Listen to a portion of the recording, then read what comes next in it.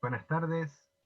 Eh, Esta es la presentación que preparamos el grupo 6, integrado por Claudio Herrera, Lucas Martín y yo, Kevin Zamora, sobre el texto Eros y Civilización, en articulación con la serie Black Mirror y que lleva como título Industria del Espectáculo, un represor excedente de las sociedades contemporáneas. Vale.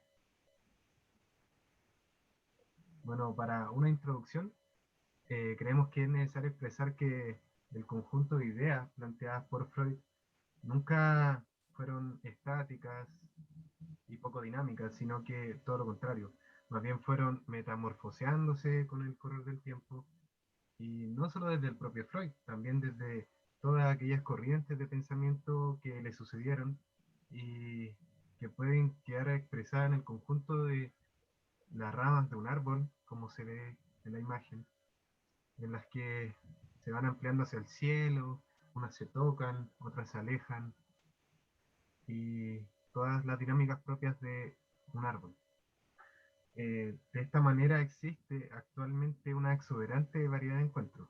Quienes adoptan esa posición atemporal y apolítica de las categorías freudianas, y otros más bien contrariados se movilizan como hacia una vereda distinta, específicamente opuesta. Dale.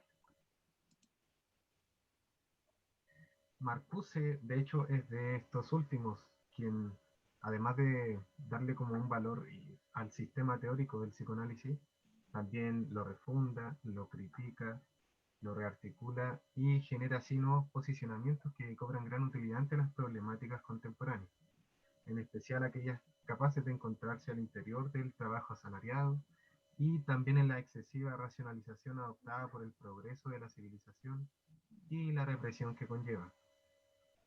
Planteando para ello Marcuse una pregunta: ¿es posible la existencia de una sociedad no represiva?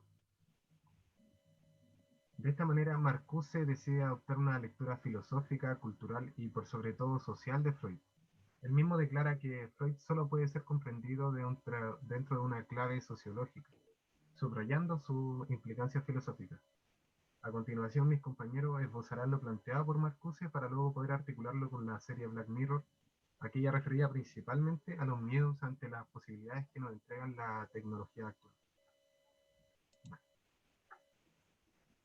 Bueno, a modo de estructurar las nociones pseudo-marxistas que aparecen en Eros y Civilización, ocuparemos de manera resumida los capítulos y sus temas más relevantes para una sucinta exposición. En el capítulo 1, Marcuse distingue su primer par conceptual, el principio de realidad y el principio de placer. El principio de placer es la base de la psiquis humana. Es un principio que busca la gratificación inmediata, cueste lo que cueste. Dado que esto, por supuesto, puede ser destructivo para el individuo y los que lo rodean, nace un principio de la realidad, que conecta la pulsión de gratificación original, la cataliza y la logra realizar, ahora de forma reducida pero mucho más estable. No obstante lo anterior, el principio de la realidad es uno que también cambia la sustancia del deseo, la modifica acorde a la sociedad que posee este principio. Es por esto que podemos extrapolar de este primer capítulo dos puntos claves. La civilización para su progreso necesita de la represión y la psicología individual de Freud es a la vez una psicología grupal. En el segundo capítulo, Marcuse resume la teoría de las pulsiones freudianas. El aparato psíquico está compuesto por dos pulsiones fundamentales, la pulsión de la muerte y de la vida, Eros y Tánatos. Ambas responden al principio de Nirvana, un principio que busca un estado de equilibrio mediante la conservación o la regresión. Esta relación dialéctica que tienen Eros y Tánatos se expresa mediante los tres componentes del aparato psíquico, ello, yo y superyo. El primero personifica el principio de placer y gratificación inmediata. El último, el principio de realidad y su represión. El yo es el aspecto consciente del individuo, afectado por ambas de estas fuerzas contrarias. Un segundo aspecto a tratar en este capítulo es el enfoque novedoso de Marcuse a la lectura de Freud. El principio de realidad, contrario de lo que se podría interpretar inicialmente, es un principio que se construye socialmente a partir de las sociedades determinadas. Por lo tanto, es estrictamente histórico. Las diferencias entre principios de realidades se identifican acorde a sus represiones excedentes. En las sociedades contemporáneas, por ejemplo, este principio de actuación se denomina principio de realidad. Perdón, este principio de realidad se denomina como principio de actuación. Está regido específicamente por la lógica económica y de la administración del tiempo total de vida, así como también de la administración de los deseos y de la sexualidad. Por último, los 3 capítulos de esta primera parte se pueden dividir alrededor de 3 tópicos importantes. En primer lugar, Marcuse teoriza la culpa inherente a todos los sujetos freudianos, culpa que se explica mediante el trauma que significa el complejo de Edipo, que puede ser trazado hacia su identidad arcaica, donde el mito de la horda de hermanos que asesinaron al padre original experimentan la culpa de destruir la organización que conocían solamente por adquirir el placer. Y debido a esto, reinstauran la represión, pero ahora autoimpuesta. El mito de la horda se repite a su vez individualmente, cuando el niño llega a la pubertad y la figura del padre es intercambiada por la figura de las instituciones, o, acorde al mito, de los hermanos. La siguiente noción importante es la idea de la dominación y la rebelión, que, básicamente, hace referencia a las dinámicas de las civilizaciones para tener ciclos de rebeliones y dominaciones que incrementan gradualmente el sentimiento de culpa y agresión.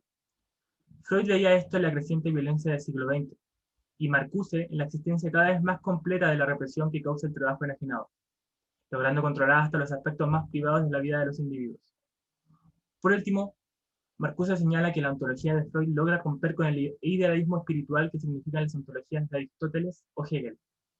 Mediante el apoyo en Nietzsche, Marcuse argumenta que el psicoanálisis logra llevar a la liberación de la racionalidad opresiva, no gracias a un Geist o un espíritu de orden superior, sino mediante la comprensión del principio de gratificación, que está de forma concreta en el ello de todos los individuos.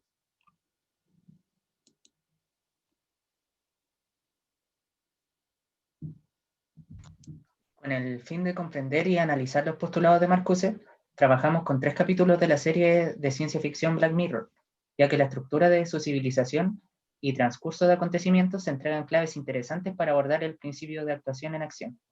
Cabe mencionar que trabajamos el capítulo 15 millones de méritos en profundidad, principalmente por su sistema ultra represivo, y usamos los capítulos al momento Waldo y Jack, Rachel y Ashley Tu para complementar los postulados. Bueno, el capítulo 15 millones de méritos expone un mundo en donde su economía se basa en una moneda llamada mérito, la cual se consigue al andar en unas especies de bicicletas de gimnasios instaladas frente a unas pantallas similares a unas Smart TV.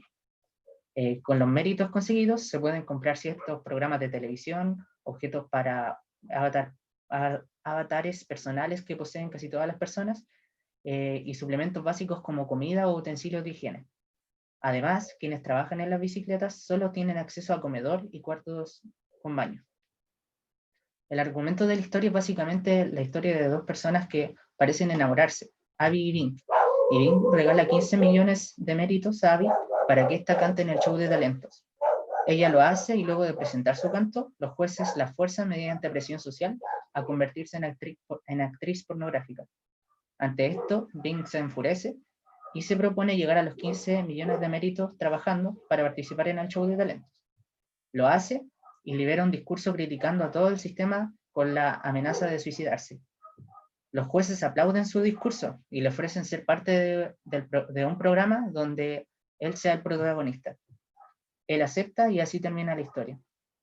En el caso del momento Waldo y de Rachel, Jack y Ashley Tu, los contextos son más parecidos al nuestro, a comparación a 15 millones de méritos, a excepción de algunas claves futuristas que no son relevantes para efectos de esta presentación. Sin embargo, los acontecimientos ocurridos sí lo son. Por una parte, Waldo es un personaje de caricatura de televisión controlado por Jimmy, cuyo fin es entretener a través de la burla, pero se enfrasca en política y se hace candidato a un cargo público, también a modo de burla, pero se hace popular.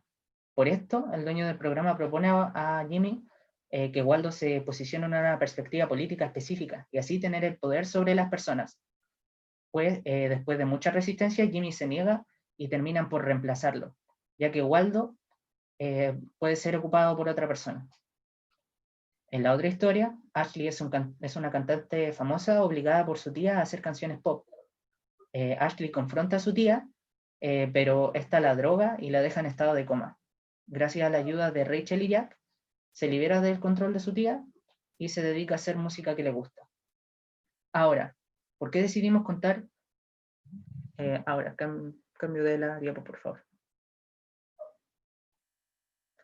¿Por qué decidimos contar el contexto de la historia y sus acontecimientos principales? Bueno, porque en ellos se presentan las características principales de la manera de actuar del principio de actuación en las sociedades industrializadas. En primer lugar, podemos apreciar cómo el mundo de 15 millones de méritos mantiene el funcionamiento de su civilización represiva mediante un constante control exhaustivo que administra los espacios y tiempos de sus individuos al servicio del trabajo doloroso, de la gratificación retardada y del desempeño. El héroe se ve estabilizado gracias a la seguridad que le otorga a la gente las bicicletas, el tener un hogar donde vivir y una comida accesible, a cambio de evitar un sufrimiento mayor al propio trabajo de las bicicletas. Los instintos destructivos son organizados hacia el trabajo o hacia los oprimidos, como lo son las personas que no pertenecen al grupo, por ejemplo, los obesos de la televisión o quienes fracasan en el show de talentos. Y así, los jefes del show de talentos son represores excedentes que restringen qué aspectos de la civilización pueden ser utilizados para la dominación, y todo el funcionamiento del mérito en sí es acorde al principio que reprime con la dominación a la gratificación. Y en segundo lugar, respecto a los acontecimientos, observamos que en los 3 capítulos se repite el ciclo dominación, rebelión, dominación, nombrado por Marcuse. En los 3 casos llega un momento en donde los sujetos intentan liberarse de las ataduras de la dominación al encontrarse con el retorno de lo reprimido. Dean se rebela contra los jueces del show de talento. Waldo se niega a seguir haciendo política y Ashley enfrenta a su tía. Sin embargo, en los 3 casos las rebeliones fueron un instrumento para generar una dominación más fuerte. En esto vale preguntar, ante esto vale preguntar, ¿es posible liberarse de la represión impuesta por el principio de actuación?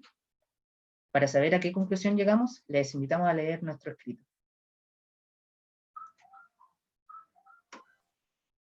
Para finalizar, las conclusiones que logramos alcanzar en esta aproximación a la primera parte de Héroe y Civilización son las siguientes. Primero, Marcuse le otorga relevancia al abordaje histórico y político del principio de realidad, es decir, no como algo universal, como se había visto en Freud y su aparato, sino que más bien contextual, territorial, que varía y que por lo tanto tiene diferentes implicancias. El principio de actuación, uno de sus aportes fundamentales de Marcuse, va orientado hacia esa línea. Se quita el chaleco pesimista de Freud para aportar posibilidades de la primacía de Eros por sobre Tánatos, pues es necesario en un presente donde prima lo completamente opuesto, o lo contrario, una administración de la gratificación tal que la represión excedente se amplía más allá del trabajo, tiñéndolo así todo. Se suma a ello el control excesivo, en donde la administración de la gratificación y los deseos está también subyugada al cálculo económico y a la producción de la industria cultural y del espectáculo. 2.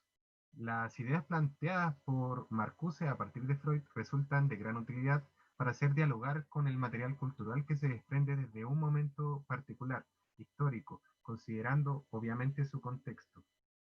Black Mirror, de hecho, es una canalización de los miedos ante las posibilidades que nos entregan la tecnología actual. 3. El material, por más distópico que parezca, no deja de guardar íntimas relaciones con el sistema de dominación imperante, principalmente con respecto al principio de actuación en las sociedades industriales, revelando nuevamente la utilidad en la que se enmarca el planteamiento de Marcuse y su particular vigencia. 4. Se evidencia por medio del material escogido que se reitera la preocupación de la libertad como ilusión y la perspectiva pesimista de la revolución. Es necesario adentrarnos más hacia lo que piensa Marcuse sobre aquello. Y por lo anterior, agradecemos la atención.